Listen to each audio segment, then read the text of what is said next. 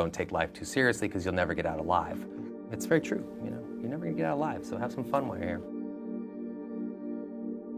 I read that you were actually supposed to be in college and you moved to LA without your parents knowing. Is that true?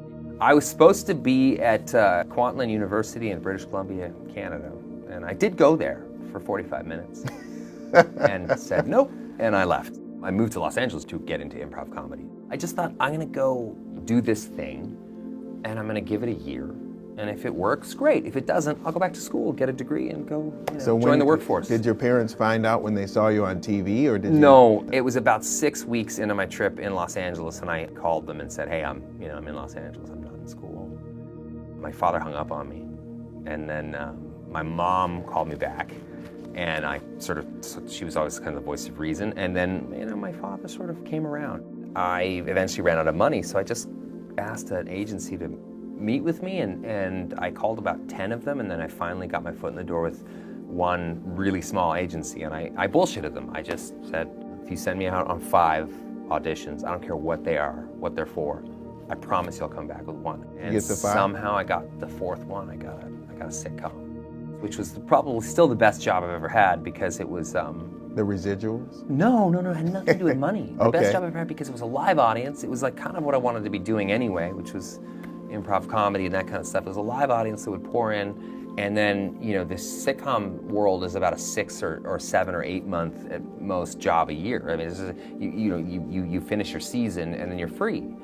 So I loved it because I would just go travel. I would go backpacking all over the world, and I would do all these sort of things. I think I really spent that money that I made wisely at the time. I got to see the world and have experiences. So everything that happened to me is sort of in aggregate kind of way. It was very sort of slow and steady. So I'm grateful for that kind of momentum being very, very sort of snail's pace, as opposed to like a rocket ship, because I've watched so many people in this industry come and go in various tragic ways and that sort of thing. And fame is a weird animal to deal with, I think, for anybody. So for me, it happened so slowly that it's sort of like getting into a bath over the course of a year. You're not going to get shocked by the water, be it cold or hot. You're going to, you're going to just immerse yourself in a way that's really, really slow. So most people aren't really offered that ability. Everything's all or nothing in Hollywood. It's either you're the biggest star they've ever seen or you're done. Yeah. I somehow found that. I got lucky and found that weird sort of middle ground where I was able to kind of just slowly build my career. When you envisioned your life as an adult, was acting the thing that you wanted to do, or was there another career at 5 or 6 years old that you thought about? No, I mean, I always thought I'd end up as in law enforcement, like my family. So I didn't imagine that acting was a way to get out of the house. It wasn't really like a passion when I was a kid. It was something that I was already doing at home, to survive. So you kind of, I noticed when I was a kid, making people laugh was a great self-defense mechanism. It really helped me kind of navigate my way through my own home. It was a means to an end. It was just a way to get out of the house, and I could act. I didn't necessarily want to. I just knew I could. Well, what was it like in high school, the fact that you were doing this acting? How did your peers perceive that? I hid it largely in high school. Then I never celebrated. It was always something I kind of really tried to keep as quiet as possible. For me, high school was a situation where the more invisible I was, the more kind of happy I was. So I just wanted to get through that shit show and go live my life. And a lot of the stuff I did was shown in the United States, but not necessarily shown in Canada. So I could kind of get away with that. You're the youngest of 4 brothers, including a couple who became cops? My dad was a cop as well. Okay, so how did you stay alive as the youngest of 4? You get by on your wits. That's how you do it. You don't get by on your fists. So, it was kind of a rough household. I was less like the youngest brother, but more like a moving target. Okay. It was a lot of that stuff. We're all super close now. Well, how did that experience prepare you for life? You kind of become hyper perceptive. You start to really sort of think about how you're going to survive. So especially my 3 older brothers, who were so sort of physical guys, and there was just rough housing. Like, for them was always funny. For me, it was like a life-threatening situation. So you sort of learn to kind of get by on using your mind, not your fists. So I became kind of hyper perceptive as a kid, and I know that contributed in enormous ways to the different paths I chose in life, particularly show business and that sort of thing. I was able to kind of constantly mimic people or watch people and look for tiny signs and big signs of, danger. It was tough. I was a kid I had a lot of anxiety, a lot of different kind of phobias and issues that I had to sort of work through, and it took me a long time to kind of recognize those things as assets as opposed to liabilities. I still struggle with those same things. As challenging as they are, and they're also gifts that come with those things, and it's that same sort of situation where you become kind of incredibly perceptive in ways in which you otherwise wouldn't, You're constantly kind of sensing, both real danger and non-existent danger. So those are things that have really helped me in my work.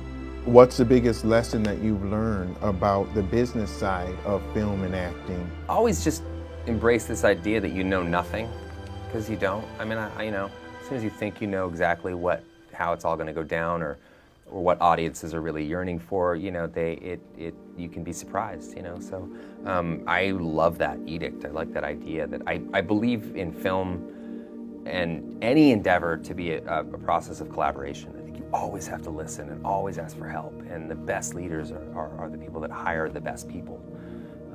So for me, that's the thing that I think that's the biggest lesson I've learned is just hire the best people you can, people that you connect with, people that you love, people that you can learn from.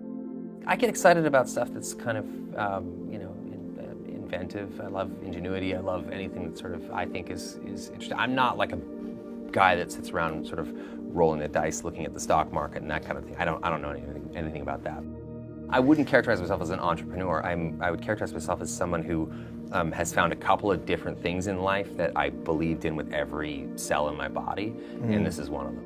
In thinking about your future, what's important to you? Family, 100%. As anyone will know, it's almost frustratingly so for some of the people I work with, is that I gotta make sure that my time with my family is prioritized over anything else. You did something really incredible a few years ago where you ran the New York Marathon to raise money for the Michael J. Fox Foundation for research for Parkinson's. Why was that important for you to do that? My father had Parkinson's. He died a few years ago, but my father's very, very proud man. I mean, I think he said the word Parkinson's to me maybe twice in the 25 years that he had the disease. So I think the more people talk about it, the more I see guys like my father, who is a sort of the archetypal strong man, the guy who, don't talk about your feelings, cram them down, and sort of robbed of his physicality, and he was strong, he's an ex-boxer or cop, I think part of his identity was that he was a very strong man, so it forced him to kind of reassess all those things, which is in a way a good thing. But in the end, that loss of self and not quite knowing where you stand in any given moment is pretty tough. So I wonder if some of those underlying ideas or reasons we do get sick or sicker is because we're not sort of expressing ourselves or letting things out.